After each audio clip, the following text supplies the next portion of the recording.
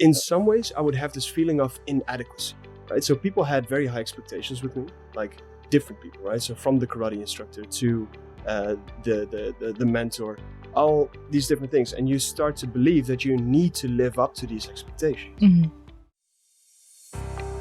Welcome to the Raw and Real podcast. Are you dreaming of changing your life through opening a business? Or are you curious what obstacles entrepreneurs had to overcome on their journey? Then you're in the right place. My name is Agnes Bilik and I'm your host. Hey everyone, thank you so much for coming back to a new episode of Raw and Real. Today's guest on the show is serial entrepreneur Beirem Ben Barrah. He's a co-founder of Neurofied, a company that bridges the gap between business and science, as professionals often know how things work and academics know why things work. Therefore, they want to train people on decision-making and changing their behavior. Hey, Beirem, thank you so much for joining me today. Thank you for inviting me. That was super strong. Thanks.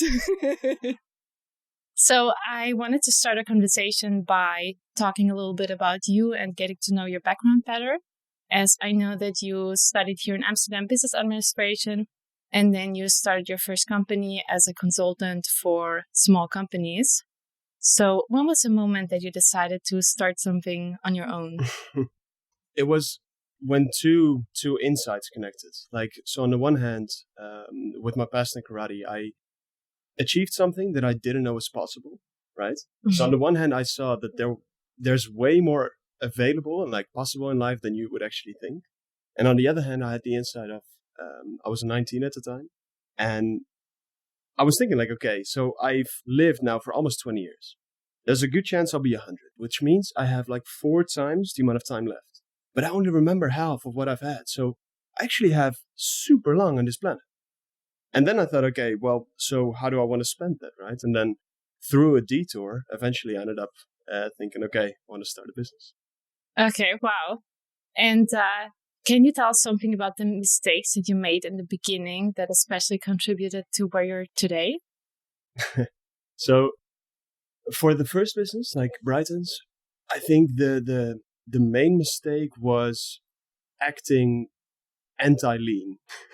I was not aware of the whole concept of lean startup back then, but I'm a planner beforehand. So in general here, I thought, okay, if I go to companies and I ask the people or ask the founders what their issues are, right? And I asked this to the people as well, then you start to see some patterns, and then you can connect that with the books. I read a lot of books and I summarized most of them. So then you can connect the insights with the books, and then you can actually give advice that's not yours, right? It's because I don't have the life experience at 20 years old. What I did back then is I prepared way too much. So I had a marketing module, a sales module, and a strategy module because I thought that was sexy. And then for each one of those, I had a complete advice report pre-written, right? So it's all ready, 26 pages. Then I have an interview of 25 questions for each one. And then I have a processing form. And in the end, I never sold a single one. Right? So that's it helped internalize the information in my head. But in the end, it was so much work for so little. I should have just gone out there and just speak with people and ask around what their issues were. Right? Mm-hmm. I would say that's the key one. Another interesting one might be in my second small business, AdWalk. It was my mistake that some people had to walk around with billboards on their back. It was a very, very learning experience, right? But overall, I sold a few boards to Deliveroo, and I had made the calculations and I thought I did them well. So then the deal was finished and I made a profit of 200 euros, right? And I had one extra billboard, which was just mine, and they kind of pay for it. And then I found out that there was a 700 euro import tax bill, which I never took into consideration. So suddenly you're at a loss, right? Stuff like this. And I'm very happy that at least because of the reading before I started, I really saw that you were going to make mistakes, whether you wanted to or not, right? So then I thought, okay, let's make the mistakes in the businesses that I don't care about, or at least it's not true, because at the time I cared about them a lot, but at least not the businesses that were the foundation of my entire future. So when you went into your first company, you knew already that you're not going to do this for a very long time? Yes. Or that was your mindset? That's it's a very good question. Yeah, it's interesting because on the one hand, ideally you want it to succeed, right? Yeah. You don't want to fail with your business. But my number one goal was learning. Mm-hmm. So I would succeed whether I would become big or not with the company. So on the one hand, you go to someone and you want to help them, and they also need to trust you. And part of the trust is like a long-term relationship, right? So I did know that the people that I would meet and that I would help in my first business, those would be relationships that I would keep on going, right? So I could also like provide value to those customers with my different businesses. But I knew that Brighton's, like my first consulting company, wasn't something that I wanted to do for 20 years. I wanted to learn as much as possible in about, let's say, a year, pretty much. And then I wanted to start going into actually a business. Because with Brighton's, I was in the illusion that I was an entrepreneur. I definitely thought I was an entrepreneur. And then I found out after a while, like, no, I'm a freelancer. That's it, period. And it's not as if there's the status difference, but it's definitely not good to like fool yourself, right? But when was the realization that you were actually a freelancer, not an entrepreneur? Reading. Usually these insights come during reading. So I read something which said something along the lines of like, you're an entrepreneur if you build a system in which you're not key. You don't need to be there and the system still runs. And then I was thinking, yeah, well, in Brighton's, I am the system. That's not how it should be if I want to be an entrepreneur, right? So it was a super useful experience to learn about the businesses and to talk with a lot of people and grow my network. But then I started AdWalk to see how I could build a system in which I was replaceable, in essence. And in 2018, you started Neurofied, a company which is focused on understanding human psychology. And you don't have a background in human psychology. So how did that all happen? So that's the short story and the longer story, right? Like, so the short story is literally about, I saw that psychology and technology, those were key, right? Those are key in the future and they will play an even bigger role. And whereas technology is about power, psychology is about wisdom, right? And technology is like incentivized very much. So lots of people like stream into there. Psychology, a bit less. But I do feel that we're in some ways forgetting how humans are at the center of everything. It's all about humanity. It's all about the people, right? And given this, I knew that there would be a key value in having a company that literally focuses on getting all these different insights from all these different disciplines, from biology, from genetics, from psychology, from neuroscience, into one kind of methodology, if that makes sense. So that was that. And then I wanted to build that, but I had no credibility whatsoever. And reading helps, right? So the slightly longer story is I read books. I read about 60 books in 2 years about psychology. And then you start to see patterns, right? And you start to see those patterns in real life. And since I was in the business context, I noticed that in the end, like the people around me, they were actually applying psychology, almost all of them, but they just weren't aware of applying it, right? And then I met my partner at a meetup, and he's a PhD in neuropsychology. So he found the exact opposite. Like in the academia, people tend to be very knowledgeable. They know lots, right? But it's way harder to apply it. Yeah. And then we just indirectly like met up and then had a conversation about, okay, this should be there. Yeah, shall we build it? Yeah, let's go. And was it some kind of psychology meetup or? Yeah, so it was a neuromarketing meetup because back then I read a lot about neuromarketing and I thought that would be the first big intersection between business, marketing namely, and psychology.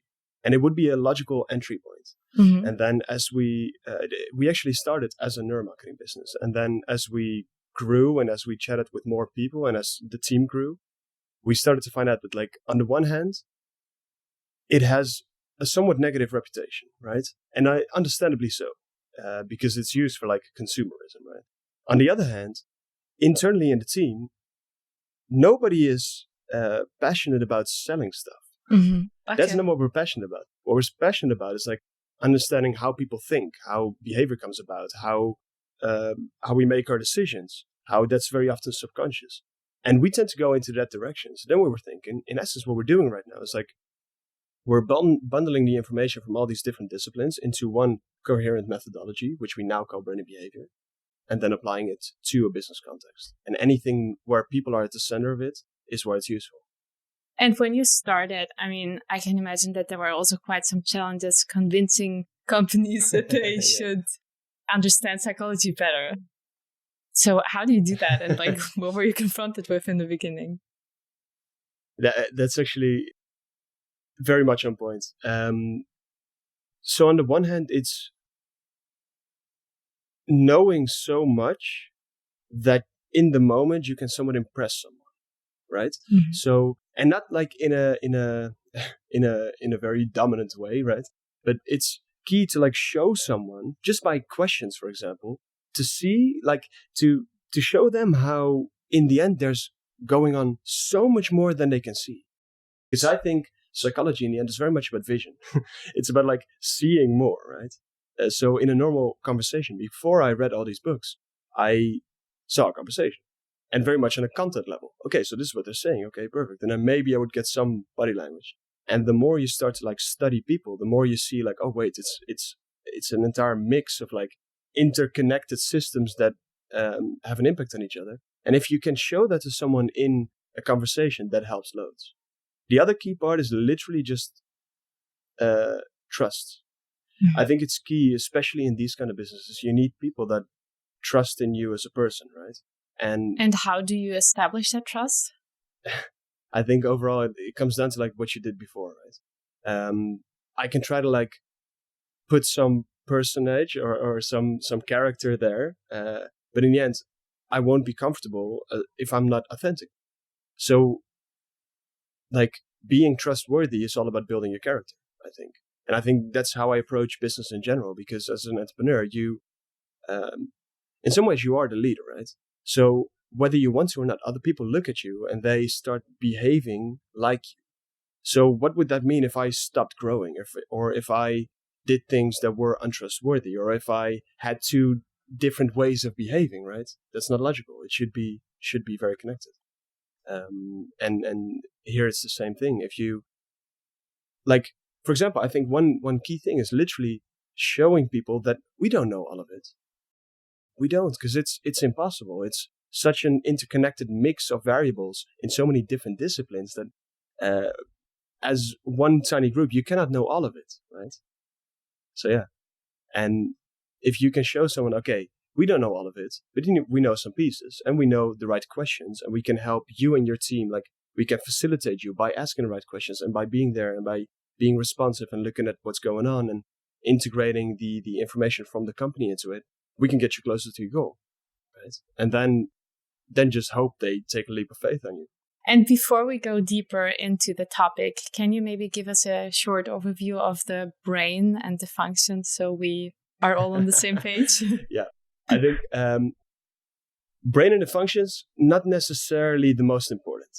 That's one of our learnings. We actually took the neurotransmitters, etc., out of the courses because it's not key in understanding it, right? What's key to know are like a bunch of like core principles. Mm-hmm. Our brain is like an associative network, so almost everything is connected with almost everything else. And a thought is like a neural pattern, right? It's a neural pathway. And what we believe fundamentally is like, if you understand the basics of how it works, right? So, for example, the associative networks, for example, how these concepts are activated, when they're activated, how they're activated, right? How this grows over time, how a person grows over time. If you understand many of these basic principles, a lot of the other things in life, they become intuitively logical, right?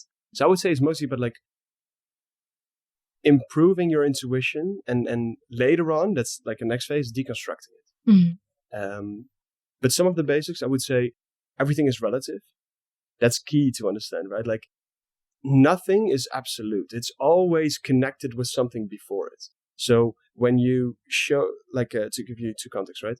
A very shallow one would be on your website. If you have two products, and it makes a difference whether you have the expensive product first or second, because we look at the first one, we use it as an anchor, and then we go into the second, right? So that makes a difference. But on a more abstract level, Because all these things, you can use them in many different contexts.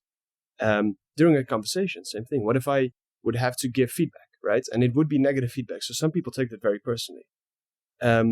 Since it's all relative, I can ease the pain by just at least being smart about how I say it, right? So some people know the criticism sandwich from back in the day, right?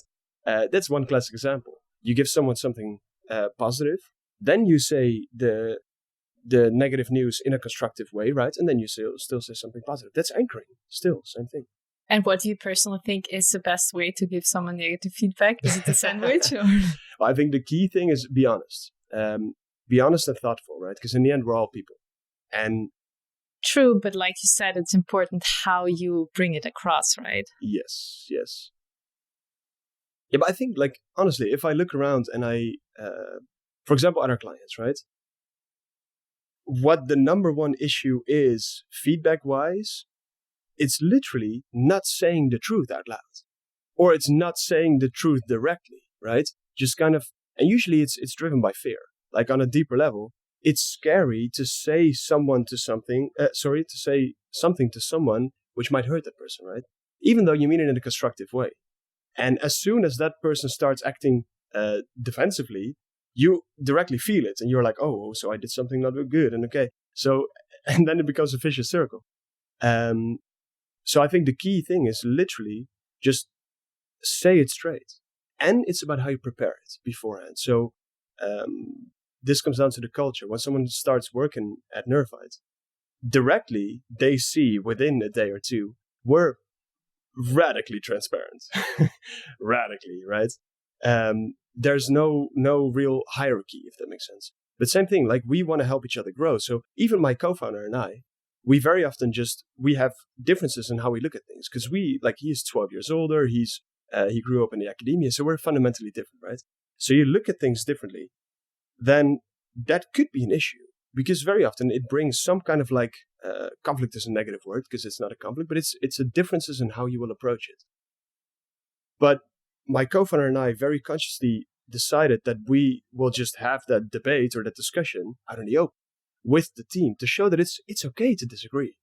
Okay. It's actually encouraged, right?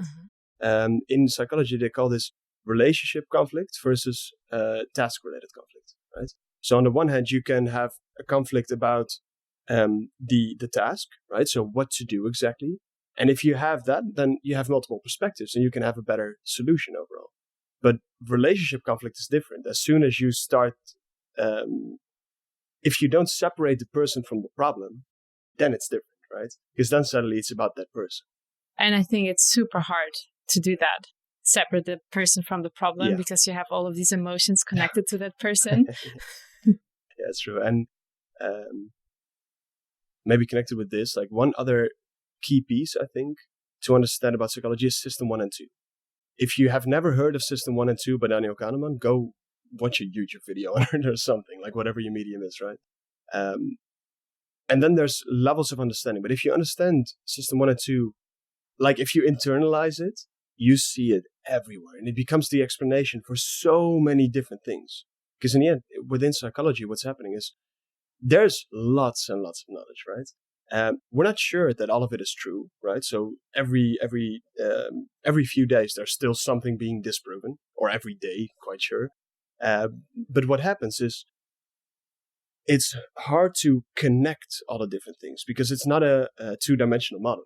It's something that connects all these different things, and it's the lens through which we see the world, right? So something may objectively be as it is, but by definition, I can only analyze it through my own perception, and my perception is shaped by my past, by my characteristics, by all these different things.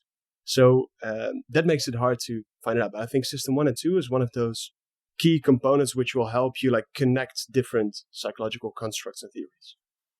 Can you give us a short overview of system 1 and 2? Yeah, of course. So system 1 is more about the automatic, fast, subconscious decisions that you make. So it's the first reaction. Something happens, directly, right there, right? And then system 2 is more the conscious, slow, deliberate.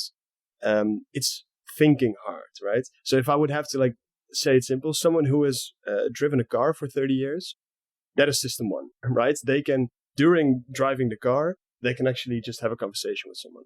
Whereas doing hard math or studying math, that's the exact opposite. There you're sitting down and you need your conscious control because intuitively you'll get the answers wrong very often, right? That's also one of the reasons why math, people who study math, they actually tend to become very logical thinkers, right? They're also connected right there. And the key between system 1 and 2, it's interesting to differentiate the two because, for example, the learning process is also very connected with these. If you need to get something into your memory by system 2. You read a book, for example, and you analyze all the information that is there and you consciously process it. And I very consciously try to connect it with these things in my peripheral knowledge area. Same as like you have central vision and you have like peripheral vision. With knowledge, same thing. But once it's in there, in the moment, I trust things. What I was surprised to find out is like I'm actually a very intuitive person.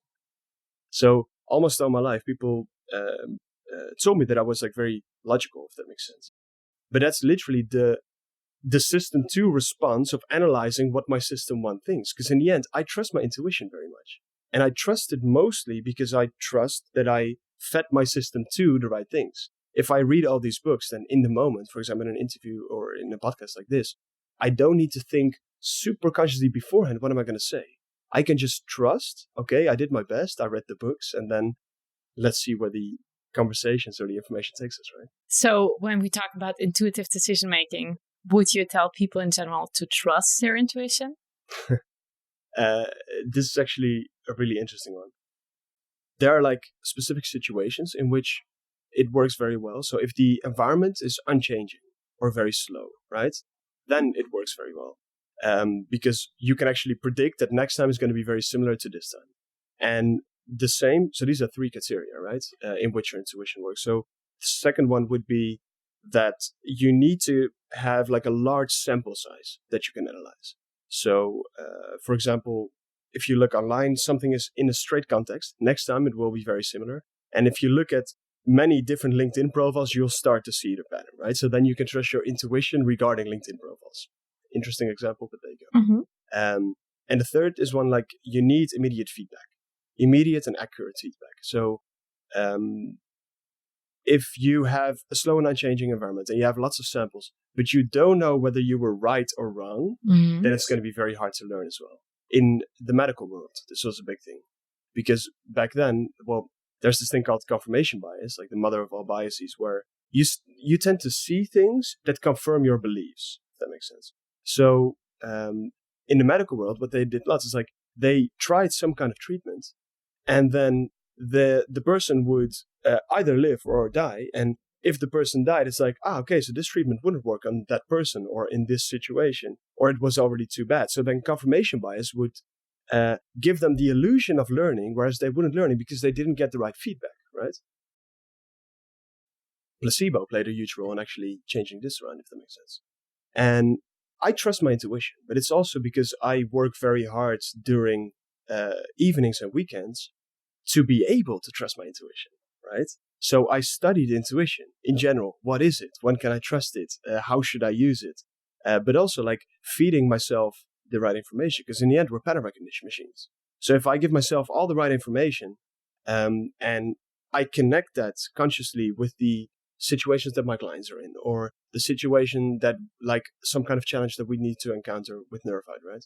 And what do you consider as right information? Because we're constantly feeding our brains information, right? Also via social media, for example. I'm not sure if that's like the right information. No, that's good. Here, I would differentiate between form and function, right? So another one of our principles, context defines meaning. So what is the right information depends on your situation. No two people have the exact same information that they should read. And that's also why it's hard for someone else to respond. But maybe for the listeners, it might be useful to explain how I decide on the information that I consume, right? On the one hand, it's interest. If I'm curious about something, very often, like curiosity in essence is knowing something, then almost knowing something else, but not quite sure. And then you become curious because you want to like satisfy that. You want to know whether this is correct or incorrect. You want to falsify it. So on the one hand, if I'm very curious about something, that's interesting. And curiosity builds upon what I read before. So very often I'll be curious about psychological things because I read psychology before. On the other hand, it's what is useful at this point in time, right? So maybe if I'm working right now, for example, we're working on a project with PVH, among others like Calvin Klein, Tommy Hilfiger, and that meant I had to learn a bit about the fashion industry. I didn't learn anything about the fashion industry before, but now this is situationally very useful. Other things are like on a personal level. So one of the conscious decisions I made early on in learning or in studying is studying meta skills. So I wanted to learn about the skills that would help me learn faster. Yeah. Right? So that could be psychology, could be creativity. Most of them are actually psychology related. Can you give us one or two examples there? Yeah, so listening, I would say. Listening or body language, they use a different sense, but they're very similar. In the sense that if you can read someone's body language, it will give you very useful information about a situation. So you'll start to see when someone feels uncomfortable, and you can connect that with the moment and see, okay, so maybe I should ask a question, or maybe we should just go for a walk now instead of having that complex conversation. Listening, same thing. People say something, but in the end, they mean something different because they have some kind of thing that they want to tell you. Then they encode it. Then it's like sent via sound waves, and then you decode it based on your perspective or your perception, and then hopefully you get the meaning. Well, hopefully, you don't know, right? And if you, doesn't matter how, right? It can be articles, can be podcasts, can be books. But if you study listening, for example, you'll start to see like the tiny cues that will give you some kind of idea like, okay, wait, I said it. Did it come across? And very often, more importantly, did I understand the other person? Right? They say something to me. I respond. I see something, some kind of reaction where I'm like, ooh, something is not 100% correctly. Very often it's because I misunderstood the person. But now in the moment, I can change it. Because I see it and I can either ask or confirm that hypothesis. So yeah, I would say meta skills very much. And learning. Study learning, especially like early on in life. Because that's a superpower, right? Like I'm 25 years old. I don't have the experience that someone has who has been in the business for 30 years. And 100%, like I have to be honest about that, right? So you need to compensate with something else, for example, with knowledge. And learning is something which will help you learn anything else in your life forever. It's quite a good investment as far as I can see. And most of our decisions are irrational, right? So can you tell us why that is the case and what are the factors that mainly influence our decision making? Oh, that's a very broad question. And this is usually what we have an entire course or training on, right? In the basics, basically I would say one of the key points is a lot of people think we focus on survival and reproduction. And we do, like, don't get me wrong, we do. But there's this concept called surrogation. It's one of the cognitive biases. And surrogation is where you have some kind of goal, and then you cannot measure the goal. So you need something else that you measure, and then you just hope that based on measuring this one thing, you can actually see how it goes with the other. But then you lose yourself in the measure, right? So in startup context, this would be vanity metrics. You focus on the metrics, but it doesn't actually help grow your business. Here, it's very similar in the sense that we trust our feelings, not the survival and reproduction, right? So, for example, we all want to have sex, but then we don't want the babies, which is not logical because reproduction is one of the goals. So how does that work, right? So we actually self-sabotage by using birth control. Interesting. But that's because we're faithful to our feelings and not necessarily to the end goal of it. And this is just one, right? But over like a long period of time, because this is mostly evolutionary biology. It's about how we grew. And in the end, like we're a bundle of habits, I would say mostly. We're pattern recognition machines, just seeing information, then checking that with memory. There's prediction coming out. And then based on the feedback, right, whether it's correct or not, I will store that it's the correct prediction and it's more or less likely to come out next time. And it's very similar here. So back in the day, what we saw, there were 2 chairs. One chair was super expensive, and it looked very luxurious. One chair was super cheap, and it looked, wooden, right? Then, very simply, we would assume if you see this thousands of times, right? And your kids see this, and your grandkids see this, you start to assume that more expensive becomes more valuable, right?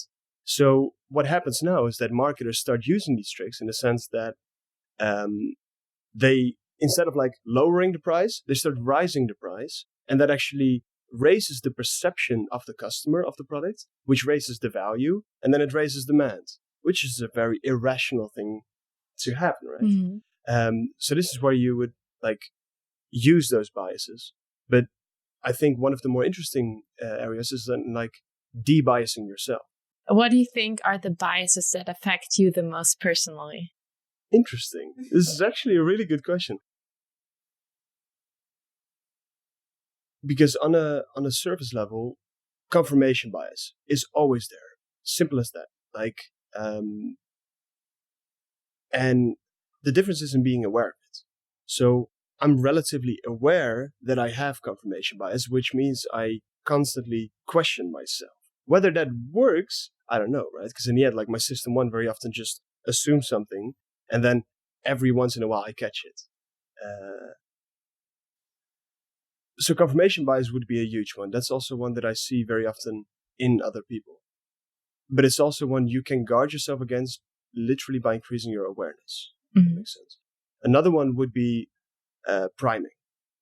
Priming, since your brain is like an associative network and all these different concepts are connected, some concepts are more closely connected than others, right? So if you would say Coca-Cola and happiness, that's connected. In most people's brains, that is connected. And when one concept is activated, it actually prepares the concepts that are close by also for activation.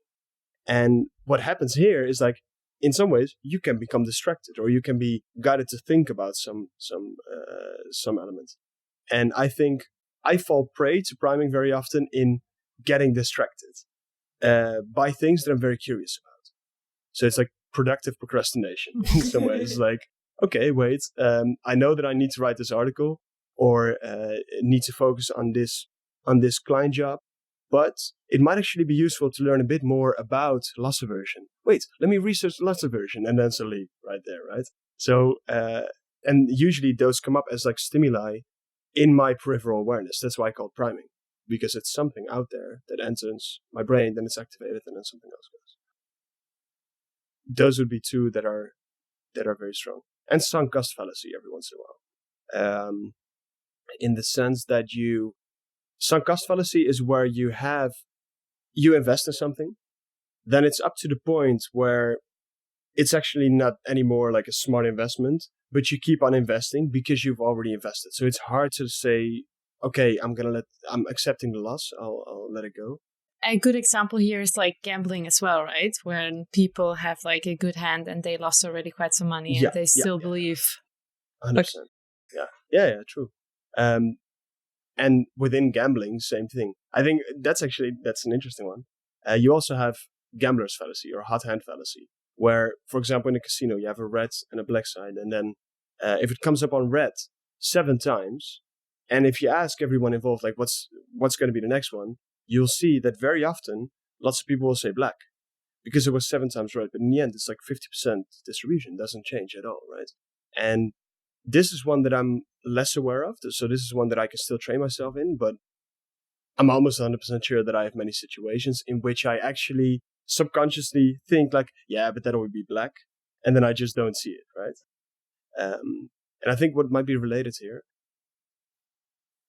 part of how you overcome these biases, overcoming is hard, but like how you deal well with these biases is knowledge. You need to know the biases, right? If you don't have an idea of these are the 50 biases that are most common, or these are the 20 biases that will affect us the most in this kind of business, then it will be very hard to know what to look out for. But on the other hand, it's awareness. So I can know all the biases. If I'm not aware in the moment, they will slip by and I will never know that it was even there. Yeah. And what do you think are the 3 most common biases for entrepreneurs? That's actually an interesting one. Confirmation bias, no doubt, because that's about entrepreneurs need to be stubborn. You need to have a slightly different view about the world than most people. That's why you start something where others don't. And then you need to believe in that idea. And then sometimes it's disproven and sometimes it's proven. But what's key as an entrepreneur is that you keep on going. So it's very easy to like fall prey to your own beliefs and see everything in that light, right? So that would definitely be one. It's very simple. I noticed that like cognitively less demanding. I'm recycling the ones that I just said, but sunk cost fallacy, definitely. Also because of the projects. Because I think what many people not in the startup world don't realize is that a startup is not one project. It's one umbrella project with many projects within it.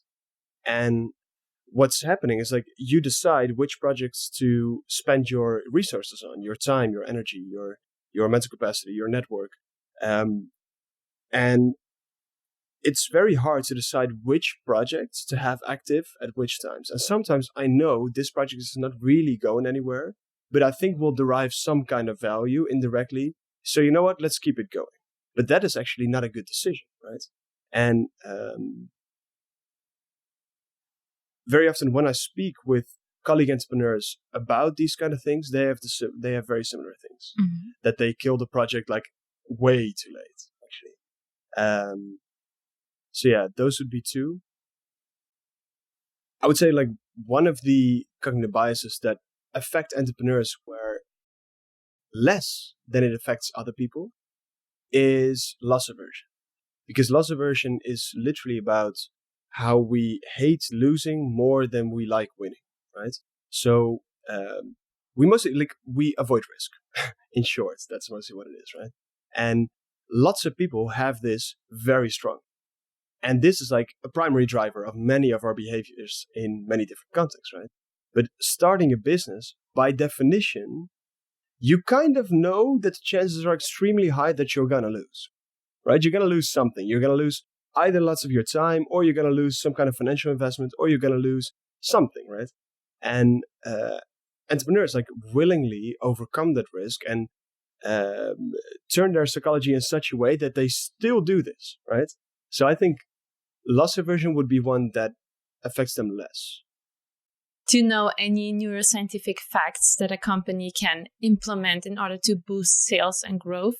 So, for example, when I talked to one of the members from your team, they mentioned the peak end rule of an experience.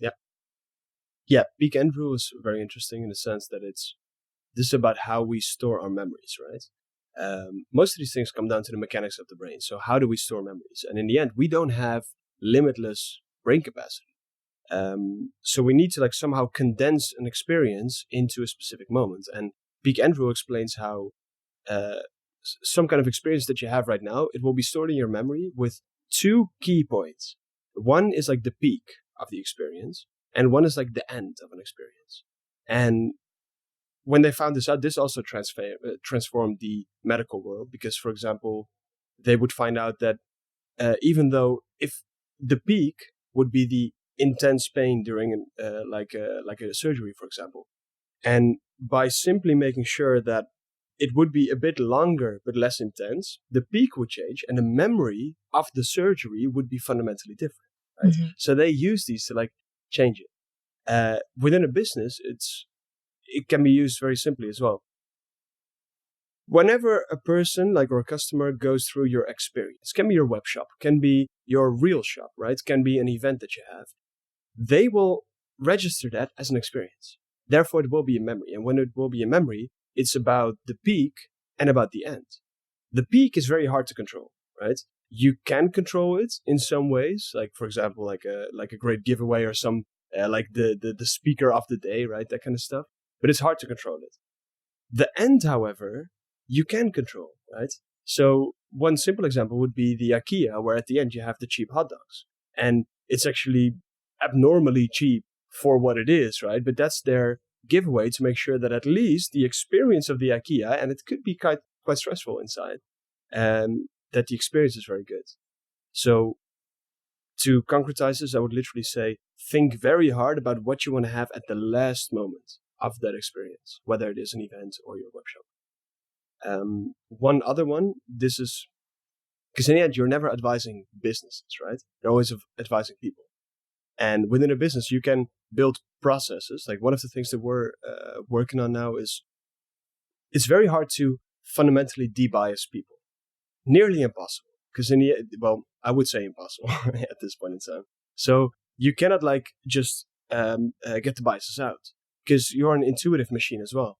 But the processes that people follow, you can de-bias the processes. And then if people actually follow the process, you won't get the bias in the end result. So that's one of the things that we're working on, because in the academia, this is now starting to become bigger. In the business world, it's rarely seen, to be honest. But working on specific ways to de-bias the company itself.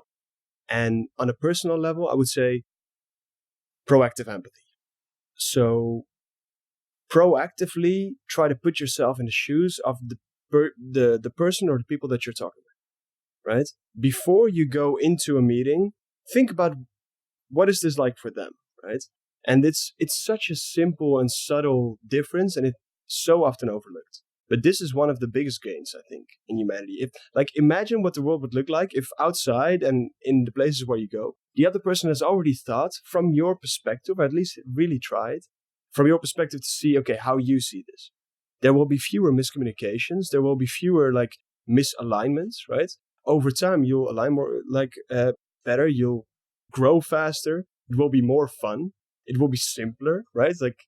I think proactive empathy is one of those things that would really change the world. Yeah, totally. If I also think about my own personal experiences, it also happens to me so often that I sometimes forget to take into account the other person's perspective. Yeah, exactly. And this is also the proactive empathy. What it does is you try to put yourself in the shoes of the other person, but in essence, what's happening, all the things that you come up with during that period, those are primes, right? They prime you during the conversation. So in the back of your mind, it's still there. And then it's it's easier to piece the puzzle together. Okay, but yeah, of course, okay, their goal is actually different from mine, etc. Do you have any more of them that you could share? Yeah, another one that would be very useful, I would say, is framing. Everything has a frame. You could think of this in the photography sense, right? You have some kind of situation, and then the frame that you choose determines what people see. So anything that's actually out of the frame is not there, right? This also is the case in conversations or in psychology in general. You have your own frame on your thoughts, right? You can change your own frame. I think reading is one of the things that helps lots in shifting your frame, because suddenly by, for example, reading something by a microbiologist, you gain a whole new frame. Because most people cannot think from the perspective of a microbiologist, which is very logical. I don't think we would want that. But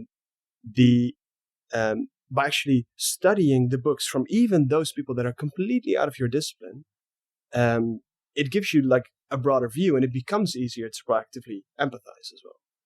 And in general, the framing, same thing in a conversation. How I say something very often makes more of an impact of what I say, right? So there's this saying, which is people don't remember what you say. They don't even remember how you say it. They remember how you made them feel, right? And the frame is key there. So if you connect this with what we talked before about the feedback, it's the frame of the feedback is key, because it can be hey, I see that you do this wrong. Or it can be hey, listen, I know that in the long term, you want to get there. And as a person who wants to get there, this is a key characteristic. And to be honest, right now, not really so much. So listen, right? So it's a different frame. And how you say it exactly depends on the person. But yeah, I would say framing is very key as well. Okay, great. And so when we talk about the topic of entrepreneurship and psychology, there are often many lows that people have to go through. Do you know any mental hacks, so to say, that someone can apply if they're going through a bad period? Yeah. Um, yeah, these like theoretically there are many answers. Real life is always a bit more difficult, right? I think before we go into the mind hacks, like physiology. Your physiology very strongly affects your psychology. So if you really feel bad, go move. Go for a run. Go do those things, right? Go for a sports class. Go at least like walk around while you're like overthinking instead of just sitting in the same place and overthinking, right? So get your body moving. That's on a fundamental level the most important. Then above that, I would say lots of it is about reframing. So it comes down to the same frame, but like reframe, choose a different frame to look at these things. Some people feel like things are happening to them. Other people feel like things are happening for them, right? So the same event can occur to two different people and they will interpret it very differently. So this comes down to like perception again. Something happens to or for me, either way. And then how that impacts me or what kind of meaning I derive from that experience depends very much on my perception. And I have one thing that I do, which helped me very much to like anticipate these kinds of issues. So lots of people, if you look at, for example, like a psychiatrist or a psychologist, right? Many people speak with a psychologist or a psychiatrist once they have a big issue. And then it's overdue. You really need that psychologist then, right? And in the beginning, like with karate was lots of reflection. So I took that here and I just thought, okay, what if I ask myself all the hard questions before I need to answer them, right? That's one of the most powerful things I've done, I think, because that like it makes you understand yourself, or at least like temporarily, because then after half a year you look back and your answers are not correct, right? But like answer questions, like sit down, give yourself hard questions and go answer them and force yourself to answer them. Like, what are the things you're good at? What are the things that energize you? What are the things that other people ask you for advice about? What are the moments that have made you the most happy? What are the things you're the most proud of? What are your weaknesses? What are the things you're most scared of, right? What are the things you're most scared of but eventually did do? What are the, like, one of my favorite questions is, what is the experience or resource that has most fundamentally shifted your perspective on life, right? If you ask this to someone, you're in a new conversation instantly because it gets very deep very quickly. Mm-hmm. And if you, at the beginning, before you start your business or at the beginning when it's not too hectic already, if you ask yourself these kind of questions, you can place the things that happen to you more correctly, if that makes sense. So it all makes more sense to me. So something bad can happen and I can feel very shitty about it, of course.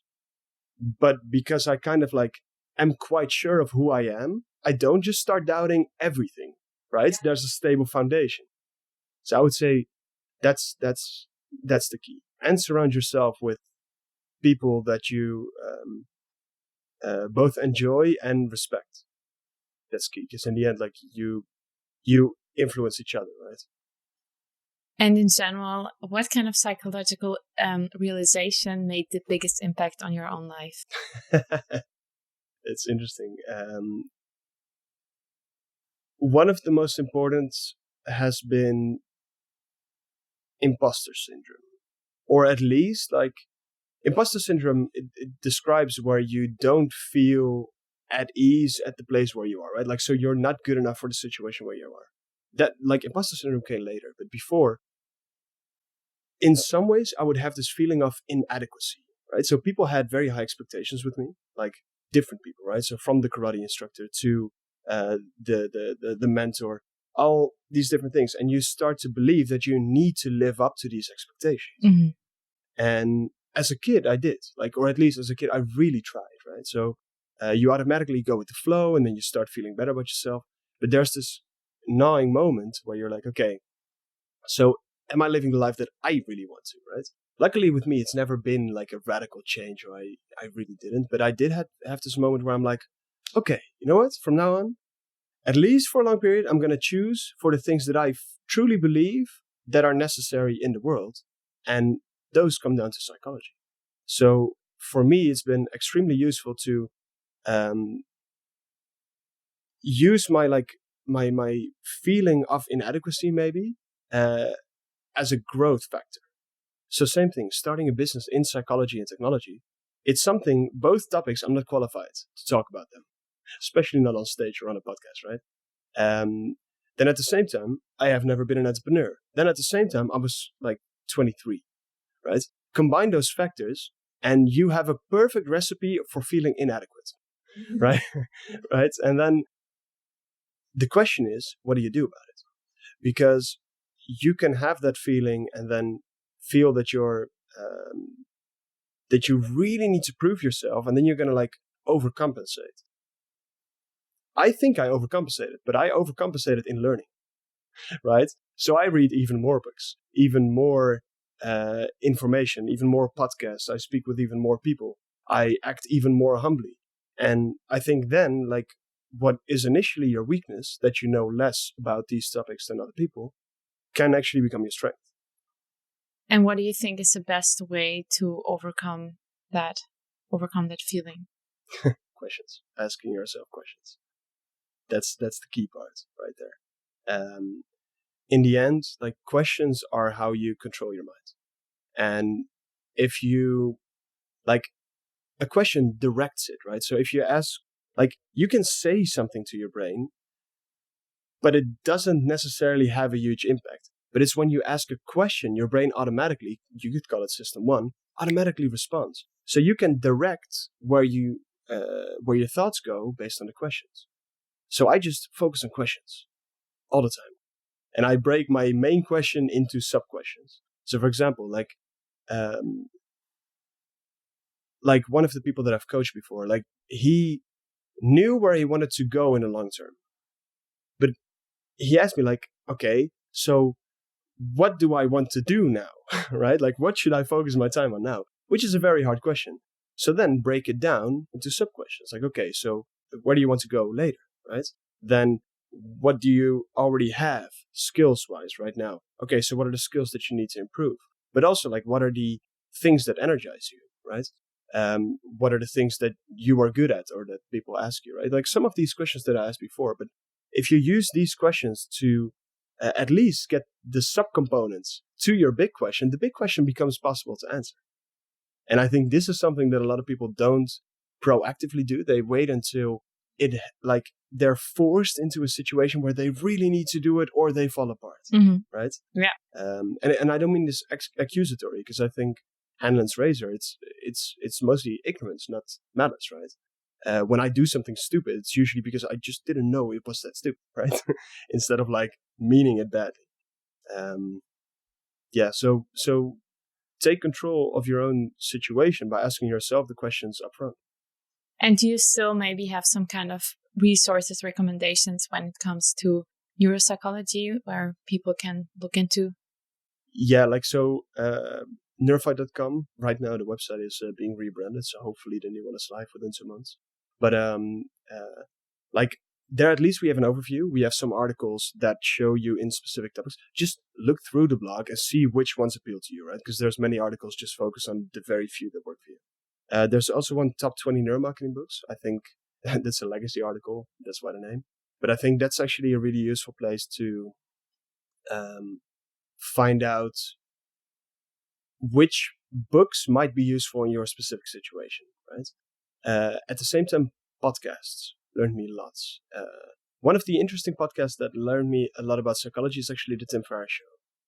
And you have to like meta listen. So if you only listen to the content, like if you only listen to what they say, like, don't get me wrong, you'll learn loads, right? And there's experts from all over the world, so you will learn lots.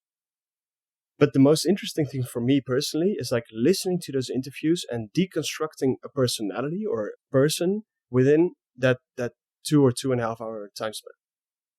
So if I listen to someone for 2 hours and you see what they tell, how they answer specific questions, then you listen to another interview in the same situation, another one in the same interview. Like, you become intuitively great, if that makes sense, right? At spotting at least, well, great is a big word, but like spotting at least why someone says the things that they do.